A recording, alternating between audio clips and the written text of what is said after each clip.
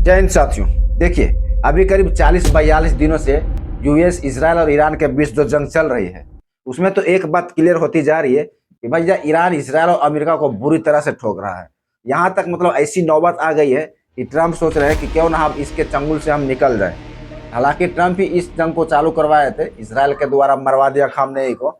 अभी ट्रंप सोच रहे हैं कि हम निकले तो कैसे निकले, और ईरान ट्रंप के लिए ऐसा काल बन गया है कि ट्रंप ईरान को नहीं बाहर फेंक रहे और नहीं अंदर निगल रहे हैं।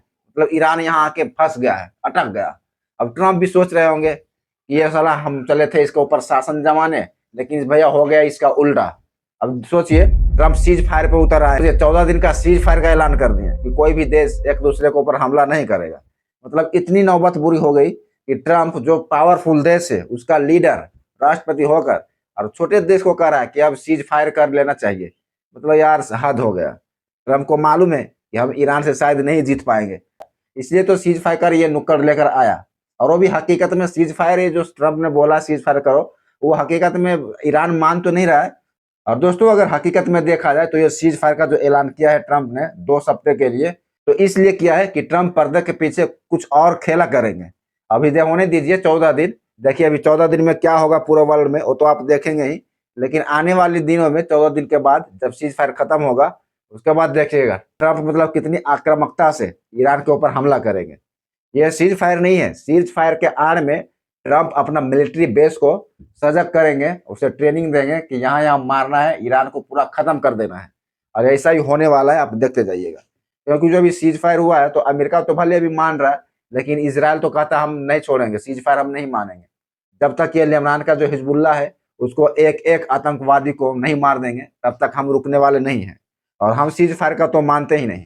एक तरह से कह लीजिए कि लगता कॉमेडी चल रहा है। ये जो इतने बड़े बड़े देश आपस में लड़ रहे हैं और उसको सीज फायर कौन करवा रहा है? तो पाकिस्तान का ये दलाल, ये सब चला सीज फायर करवाने के लिए, समझौता कराने के लिए चला बड़े बड़े देशों में। जरा सोचिए, आपको लग रहा है कि सीज फायर सफल हो जाएगा? मतलब यार पाकिस्तान भी कहीं ना कहीं टांग लड़ा ही देता है। उसको लग रहा होगा कि अमेरिका थोड़ा हमारा सपोर्ट कर देता है, क्योंकि हम भारत से झगड़ते हैं तो अमेरिका हमारा सपोर्ट करके भारत को मारता है। तो सोच रहा कि क्यों ना हम अभी अमेरिका को इस सिचुएशन में साथ दें और सीज फायर मीडिएटर का काम करें। लेकिन ये मीडिएटर फिडिएटर तो कुछ चल ही नहीं रहा है, और इसराइल दवा दब मार रहा है ईरान के ऊपर, और ईरान भी सैन्य हमला कर रहा है। वो भी अभी मिसाइल दाग रहा है, ड्रोन से अटैक कर रहा है इसराइल के ऊपर। सोचिए, तो मतलब भाई ये तो किस बात का सीज फायर? सीज फायर इसको थोड़ू बोलते हैं। जब ट्रंप ने ऐलान किया और तीनों देश राजी अगर हुए कि सीज फायर रहेगा 14 दिन तक, कोई एक दूसरे के ऊपर हमला नहीं करेगा, तो फिर इजराइल हमला क्यों कर रहा है ईरान के ऊपर? और ईरान भी जवाबी कार्रवाई में इजराइल के ऊपर हमला कर रहा है। तो सीज फायर तो हुआ ही नहीं। भले ट्रंप अपनी ओर से कह रहे हैं ये सीज फायर है, सीज फायर है, लेकिन ऐसा कुछ होता नहीं दिख रहा है। एक तरह से समझिए ट्रंप भी अभी भी सबको धोखा दे रहे हैं।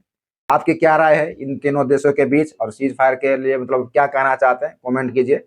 मिलते हैं एक नेक्स्ट वीडियो में। धन्यवाद। जय हिंद।